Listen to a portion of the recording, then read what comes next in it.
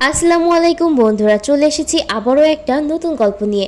মুভির নাম এ বাগস লাইফ। আশা করি গল্পটা আপনাদের অবশ্যই ভালো লাগবে।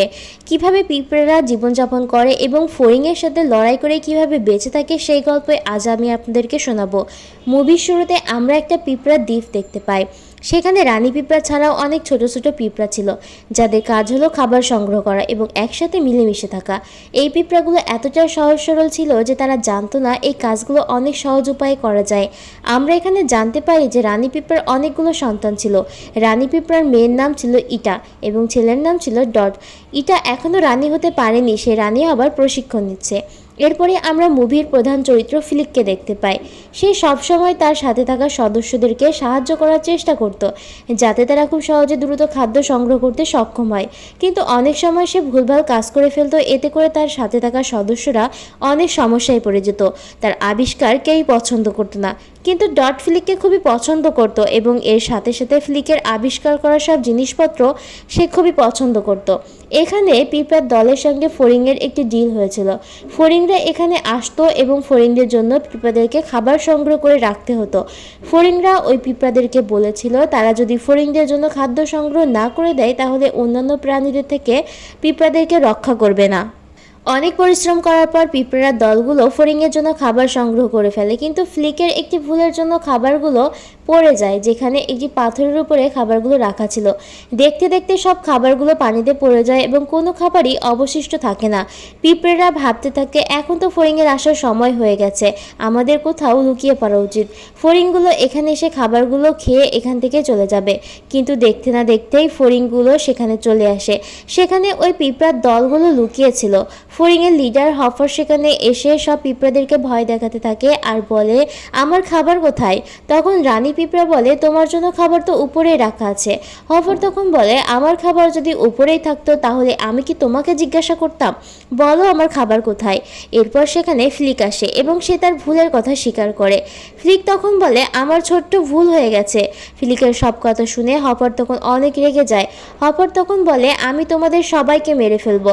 হফার তখন আরও বলে তোমরা যদি বাঁচতে চাও তাহলে আমার কথা শোনো, আমি এখানে কয়দিন পর আবারও আসবো। এই মৌসুম শেষ হওয়ার আগে আমাদেরকে 2 দিন খাবার সংগ্রহ করে দিতে হবে। রানী পিঁপড়া হপারকে বারণ করে দেয়। রানী পিঁপড়া তখন বলে আমরা এত তাড়াতাড়ি কিভাবে খাবার সংগ্রহ করব।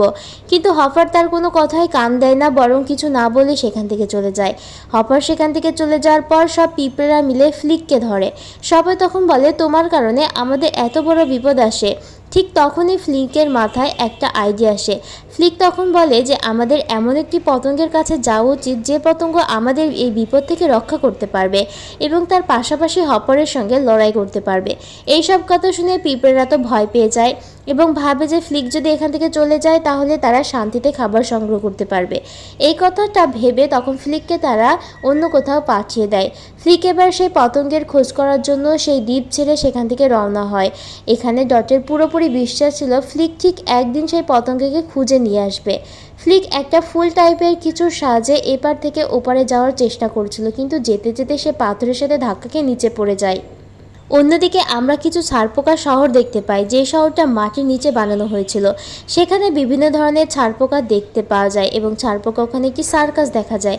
এই সার্কাসটা এতটাই ফ্লপ ছিল যে সেখানকার সার্কাসের মালিকের থেকে ওই ছারপোকাগুলো তাদের অর্থ ফেরত চাইছিল।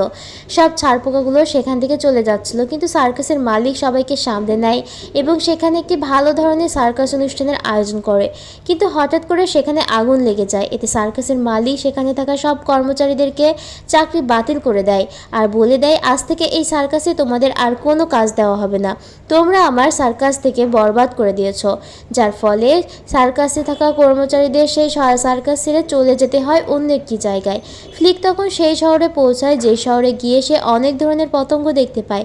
সেখানে সবার কাছে সাহায্য চাইতে থাকে নিজের দলের পিঁপড়াদের বাঁচানোর জন্য। এরপর ফ্লিক একটা রেস্টুরেন্টে গিয়ে পৌঁছায়। সেখানে আমরা ফ্রান্সিসকে দেখতে পাই। সে আসলে একটা পুরুষ ছারপোকা, কিন্তু সেখানে থাকা সব ছারপোকাগুলো তাকে মেয়ে ছারপোকা বলে সম্বোধন করছিল। এতে একটি ছারপোকা আরেকটি ছারপোকার সঙ্গে ঝগড়া করতে শুরু করে দেয়। এরপর সব ছারপোকা তার বন্ধুদেরকে বাঁচানোর জন্য একজন আরেকজনের সঙ্গে লড়াই করতে থাকে। এদেরকে দেখে ফ্লিক তখন ভাবতে থাকে আরে এরাই তো যোদ্ধা, এদেরকেই তো আমার দরকার। এরপর ফ্লিক সেখানে থাকা সব ছারপোকাদের কাছে নিজেদের জন্য সাহায্য চায় এবং নিজের সাথে সেই দ্বীপে নিয়ে যেতে চায়।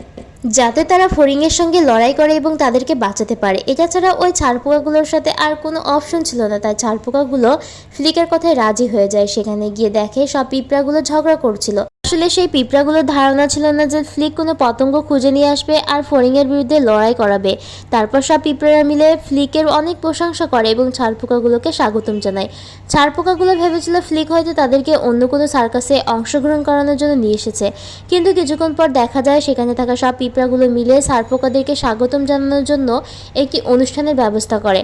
পিঁপড়াগুলো ছারপোকাদেরকে বলে, আপনাদেরকে আমাদের হয়ে লড়াই করতে হবে, এতে করে আপনাদের অনেক সৈন্য মারা যেতে পারে। তখন ছারপোকাগুলো বুঝতে পারে তাদেরকে হফরের সঙ্গে লড়াই করতে হবে। ছারপোকাগুলো বলে তারা তো সামান্য ছারপোকা, তারা কিভাবে হফরের সঙ্গে লড়াই করবে। ফ্লিক তখন বুঝতে পারে সে ভুল ছারপোকাকে এখানে নিয়ে এসেছে। এবার ছারপোকাগুলো একটি মিটিং করে। তার মধ্যে থেকে একজন বলে, আমরা এখানে হপারের সঙ্গে লড়াই করতে পারবো না, এটা কোনোভাবেই সম্ভব নয়, আমাদেরকে এখান থেকে চলে যেতে হবে, এটা আমাদের জায়গা নয়। ফ্লিক তখন সবাইকে বলে, তোমরা প্লিজ এখান থেকে যেও না, তোমরা চলে গেলে কেউ আমাকে আর কখনো বিশ্বাস করবে। এর মধ্যে ইটা সেখানে পৌঁছে যায় এবং ফ্লিককে বলে সেও এই মিটিংয়ে অংশগ্রহণ করতে চায়।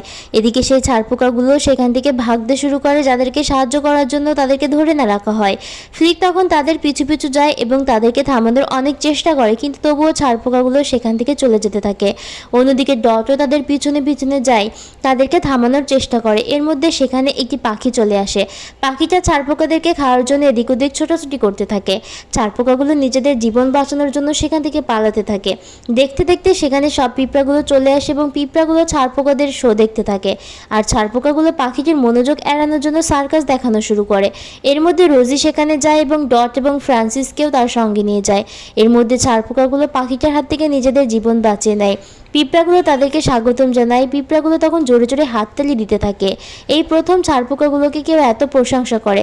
ফ্রান্সিস খুবই অসুস্থ হয়ে পড়ে, সে দাঁড়াতে পারছিল না। এরপর তাকে হাসপাতালে নিয়ে যাওয়া হয়। তারপর তাকে সুস্থ করা হয় এবং সেখানে একটি ছোট পিঁপড়া অটোগ্রাফ চাইতে আসে। এটা দেখে ছারপোকাটা ইমোশনাল হয়ে যায় এবং সেখানেই থেমে যায়। এরপর ফ্লিক বলে, ঝামেলা যেহেতু আমার জন্যই হয়েছে, এই সব কিছু আমি ঠিক করব। তখন ছারপোকাগুলোকে বলে, তোমরা শুধু আমার প্ল্যান মতো সামনের দিকে এগিয়ে যাবে, তাহলে সবাই আমরা বেঁচে যাব। এরপর ইটা ফ্লিকের কাছে ক্ষমা চায়, কারণ সে ফ্লিককে ভুল বুঝেছিল। এবার ইটার কাছ থেকে জানতে পারে যে পাখিকে সব পোকারাই ভয় পায়, এমনকি হপারও পাখিদেরকে ভয় পায়। এরপর ফ্লিক একটা প্ল্যান করে যে তারা একটি মিথ্যা পাখি বানাবে এবং ওই পাখিটাকে দেখেই হপার ভয় পেয়ে যাবে, যার ফলে হপার সেখান থেকে চলে যাবে আর সবাই বেঁচে যাবে। এরপর ছারপোকাগুলো তাদের প্ল্যানটা পুরোপুরি পিঁপড়ার দলকে জানায়। এটা শুনে সব পিঁপড়ার দল রাজি হয়ে যায়। এরপর দেখা যায় তারা সবাই একসঙ্গ হয়ে একটি মিথ্যা পাখি বানাচ্ছে। বিশাল বড় একটি পাখি বানায় তারা। পাখিটা বানানো শেষ হলে একটি অন্য জায়গায় লুকিয়ে রাখে। এরপর আমাদেরকে হপারের শহর দেখানো হয়। হপারের ভাই, যার নাম কিনা মল্ট, মল্টের বন্ধুরা হপারকে বলতে থাকে, আমাদের কেনই পিঁপড়াদের কাছে যেতে হবে, আমাদের কাছে তো পর্যাপ্ত খাবার আছেই, আর এই মৌসুমে আমরা সেখানে গেলে আমরা তো মারাই যাব, তো আমাদেরকে পিঁপড়াদের শহরে না যাওয়া উচিত। বন্ধুদের এসব কথা শুনে মল্ট তখন তার ভাই হপারের কাছে গিয়ে বলে তার বন্ধুরা সেই পিঁপড়াদের শহরে যেতে চায় না। এটা শুনে হপার তখন অনেক রেগে যায়। তখন সেখানে এসে বলে, কে পিঁপড়াদের শহরে যেতে চায় না, এই বলে সে সেখানে থাকা সব খাবারগুলো ফেলে দেয়। হফার তখন বলে, এটা খাবারের প্রসঙ্গ নয়, এটা হচ্ছে পিঁপড়াদের প্রসঙ্গ। সেদিন একটি পিঁপড়া আমার মুখের ওপর যেভাবে জবাব দিয়েছে, তাতে এভাবে দেখতে দেখতে একদিন সব পিঁপড়া আমাদের বিরুদ্ধে রুখে দাঁড়াবে। সেদিন আমাদের কি হবে এটা ভেবে দেখেছ? আবার এটাও বলে, আমরা পিঁপড়াদের শহরে যাব আর এভাবেই সব আমরা পিঁপড়াদেরকে ভয় দেখিয়ে রাখবো। অন্যদিকে পিঁপড়াদের দ্বীপে সব পিঁপড়ারা মিলে হফারের বিরুদ্ধে লড়াই করার জন্য প্রস্তুতি নিচ্ছে। তারা সিদ্ধান্ত নিয়েছে যে যাই হোক না কেন হপারকে তারা আর ভয় পাবে না। ফ্লিক তখন সেই ছারপোকাদেরকে বলে, এখানে সব কিছু প্রস্তুত হয়ে গেছে, তোমরা এবার এখান থেকে চলে যেতে পারো। কিন্তু ছারপোকাগুলো এখন সেখান থেকে যেতে চায় না। তারা বলে, আমরা এখানেই থাকতে চাই যতক্ষণ না এই সমস্যার সমাধান হচ্ছে। এরই মধ্যে আমরা দেখতে পারি যে ইটা এবং ফ্লিকের মধ্যে একটা গভীর সম্পর্ক তৈরি হয়ে গেছে। তারা একে অপরকে খুবই পছন্দ করে। এরপর সেখানে একটি সাইরেন বেজে ওঠে, যে সাইরেনের মাধ্যমে সব পিঁপড়ারা জানতে পারে সেখানে কোনো না কোনো ফড়িং এসেছে। আসলে সেখানে কোনো ফড়িং আসেনি, সেই সার্কাসের মালিক এসেছে, যে ছারপোকাদেরকে ফিরিয়ে নিয়ে যাওয়ার জন্য। সার্কাসের মালিক তখন ওই ছারপোকাগুলোর ছবি দেখিয়ে বলে, তোমরা কি এই ছারপোকাদেরকে দেখেছো? আমি এদেরকে অনেক দিন ধরে খুঁজছি। তখন সব পিঁপড়ারা বুঝতে পারে এরা আসলে কোনো যোদ্ধা নয়। এই ছারপোকাগুলো আসলে সার্কাসের জোকার। এইটা দেখে তখন ইটা এবং রানী পিঁপড়া ফ্লিকের ওপরে অনেক রেগে যায় এবং বলে, তুমি আমাদেরকে মিথ্যা কথা বলেছ। এতে ছারপোকাগুলো খুবই লজ্জিত হয় এবং তারা তাদের মালিকের সঙ্গে চলে যায়। তখন রানী পিঁপড়া ভাবে যে এই পাখিরা কোনো কাজেরই নয়, আমাদেরকে হপারের থেকে বাঁচতে হলে হপারের জন্য অবশ্যই খাবার সংগ্রহ করে দিতে হবে। এরপর দেখা যায় ফ্লিক এবং সেই ছারপোকাগুলো সেখান থেকে চলে যায়। একদিন সেই ফড়িংগুলো পিঁপড়াদের দ্বীপে এসে পৌঁছায়। কম খাবার মজুদ দেখে ফড়িংরা তখন পিঁপড়াদের উপরে আক্রমণ শুরু করে। পিঁপড়া নিজেদের জীবন বাঁচানোর জন্য সেখান থেকে পালাতে শুরু করে, কিন্তু হপার রানী পিঁপড়া এবং ইটাকে বন্দি করে ফেলে। অন্যদিকে ডট বাকি পিঁপড়াদেরকে কোথাও একটা নিয়ে লুকিয়ে পড়ে। ডট অন্যান্য পিঁপড়াদেরকে বলে সে তাদেরকে রক্ষা করবে, কিন্তু ডট তো তখনও উড়তে শিখেনি। সেখানে তারা লুকিয়েছিল। হঠাৎ সেখানে হপারের লোকজন চলে আসে। ডট উপর থেকে নিচের দিকে পড়ে যেতে থাকে। পড়ে যাওয়ার ফলে সে আঘাত পায় এবং আঘাত পেয়ে তার পাখা দুটো বের হয়ে যায়। এতে করে সে উড়তে পারে। এরপর সে উড়ে গিয়ে ফ্লিক এবং তার বন্ধু ছারপোকাগুলোর কাছে গিয়ে পৌঁছায়। ডট তখন ফ্লিককে সব কথা খুলে বলে। বাট বলে, আমি হপারদের কথা শুনেছি, তারা খাবার নিয়ে যাওয়ার পরে আমার মা রানী পিঁপড়াকে মেরে ফেলবে। ইতিমধ্যে তারা আমাদের পুরো এলাকাকে ঘিরে ফেলেছে এবং সবাইকে বন্দি করে ফেলেছে। তুমি আমাদেরকে বাঁচাও। এবার ফ্লিক তার বন্ধুদেরকে বলে, তোমরা কি আমাকে সাহায্য করবে? এরপর সবাই পিঁপড়াদেরকে সাহায্য করার জন্য দ্বীপে যেতে রাজি হয়ে যায়। কিন্তু সার্কাসের মালিকের থেকে তারা কিভাবে রক্ষা পাবে? একদিক থেকে ফ্লিক্স তো হতাশ হয়ে পড়ে। ডট তখন ফ্লিককে বলে, তুমি তো সব করতে পারো। এটা শুনে ফ্লিক তখন তাদের সবাইকে নিয়ে একটি ট্রাকে উঠে পড়ে এবং ট্রাকে উঠে সার্কাসের মালিককে তারা বেঁধে ফেলে। এরপর তারা সেই দ্বীপে যাওয়ার জন্য প্রস্তুতি নেয়। তারা যেতে যেতে ভাববে সার্কাসের মালিককে দিয়ে ফড়িংয়ের মনোযোগ অন্যদিকে নেবে। এরপর ডট এবং ফ্লিক মিলে পাখিটাকে সেখান থেকে নিয়ে আসবে, সেই মিথ্যা পাখিটা যেটা দিয়ে হফারকে ভয় দেখানোর কথা আছে। তারপর ট্রাকটা সেখানে নিয়ে আসে। হপার তখন বলে, এটা কি ধরনের ফাজলামি হচ্ছে? কথা ঘুরানোর জন্য ছারপোকাগুলো বলে, ইটা আমাদেরকে এখানে নিয়ে এসেছে আপনাদেরকে বিনোদন দেওয়ার জন্য। দেখতে না দেখতে হপারের মনোযোগ অন্যদিকে চলে যায়। সব ফড়িংরা তখন একসঙ্গে বিনোদন উপভোগ করতে থাকে। এই সুযোগকে ফ্লিক তখন ডটের সাহায্যে উপরে উঠে যায় আর সেখান থেকে রানী পিঁপড়াকে মুক্ত করে নিয়ে আসে। অন্যদিকে বাকিরা তো শো দেখতে থাকে। হঠাৎই হপার তখন বুঝতে পারে যে ছারপোকাগুলো তাদেরকে বোকা বানাচ্ছে। এরপর ফ্লিক সেই ছারপোকাগুলো পাখিটাকে মুক্ত করে দেয় আর ছোট্ট ছোট পিঁপড়েরা মিলে সেই পাখিটাকে ওড়াচ্ছিল। অন্যদিকে সব পিঁপড়ারা সেই পাখিটাকে ভয় পান নাটক করতে থাকে আর ফড়িংরাও পাখিটাকে দেখে ভয় পাচ্ছিল, কারণ এত বড় পাখি যে কোনো মুহূর্তে হামলা করতে পারে। এদিকে সার্কাসের মালিক তো মুক্ত হয়ে যায়। এরপর হপার সত্যি সত্যি মনে করে পাখিটাকে আগুন লাগিয়ে দেয়। পাখিটার গায়ে আগুন লাগিয়ে দেওয়ার পরে সব সত্যিটা সামনে বের হয়ে আসে। হপার তখন বুঝতে পারে এটা পিঁপড়াদের একটা প্ল্যান ছিল। এটা ভেবে ডটকে বন্দি করে ফেলে।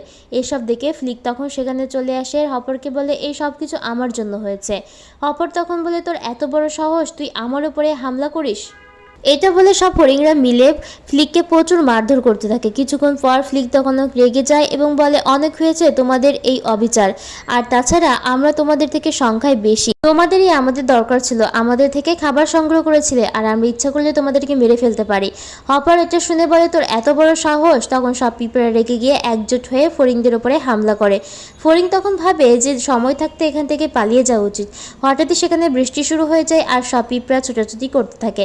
তখন হপার সুযোগ পেয়ে ফ্লিককে উড়িয়ে নিয়ে যায়, কিন্তু সমস্ত ছারপোকাগুলো হপারের পিছনে যায় তার বন্ধুকে বাঁচানোর জন্য। পালাতে পালাতে ইটা তখন ফ্লিকের জীবন বাঁচায় আর বাকি ছারপোকাগুলো একে অপরের জীবন বাঁচায়। ফ্লিক তখন ইটাকে বলে, আমাকে ওই জায়গাতে নিয়ে যাও, তুমি আমার ওপরে বিশ্বাস রাখতে পারো। এরপর তাদের পিছু পিছু হপারও সেখানে এসে উপস্থিত হয়। সেখানে একটি পাখির বাসা ছিল আর সেখানে একটি পাখিও ছিল। হপার মনে করে এই পাখিটা আসলে একটা নকল পাখি, কিন্তু পাখিটা সেখানে আসলে ছিল। এরপর পাখিটা হপারের উপরে আক্রমণ শুরু করে আর পাখিটা তখন হপারকে তার বাচ্চাদের খাবার বানিয়ে দেয়। আর এভাবে হপারের থেকে সব পিঁপড়েরা মুক্ত হয়ে যায়। এবার সময় হয়েছে সার্কাসের মালিক সার্কাসের ছারপোকাদেরকে নিয়ে যাওয়ার জন্য এসেছে। সবাই একে অপর থেকে বিদায় জানাচ্ছিল। তখনই রোজ ফ্লিককে বলে, তুমি কি আমাদের সঙ্গে যেতে চাও না? ফ্লিক তখন বলে, আমার এখানেই থাকার প্রয়োজন। তারপর সবাই বিদায় জানিয়ে সেখান থেকে চলে যায় আর গল্পটিও এখানেই শেষ হয়ে যায়। আজকের মতো গল্পটা এখানেই শেষ হলো। গল্পটি কেমন লাগলো কমেন্টে জানাবেন। যারা এখনও চ্যানেলটি সাবস্ক্রাইব করেনি তারা অবশ্যই চ্যানেলটি সাবস্ক্রাইব করে নেবেন। আল্লাহ হাফেজ।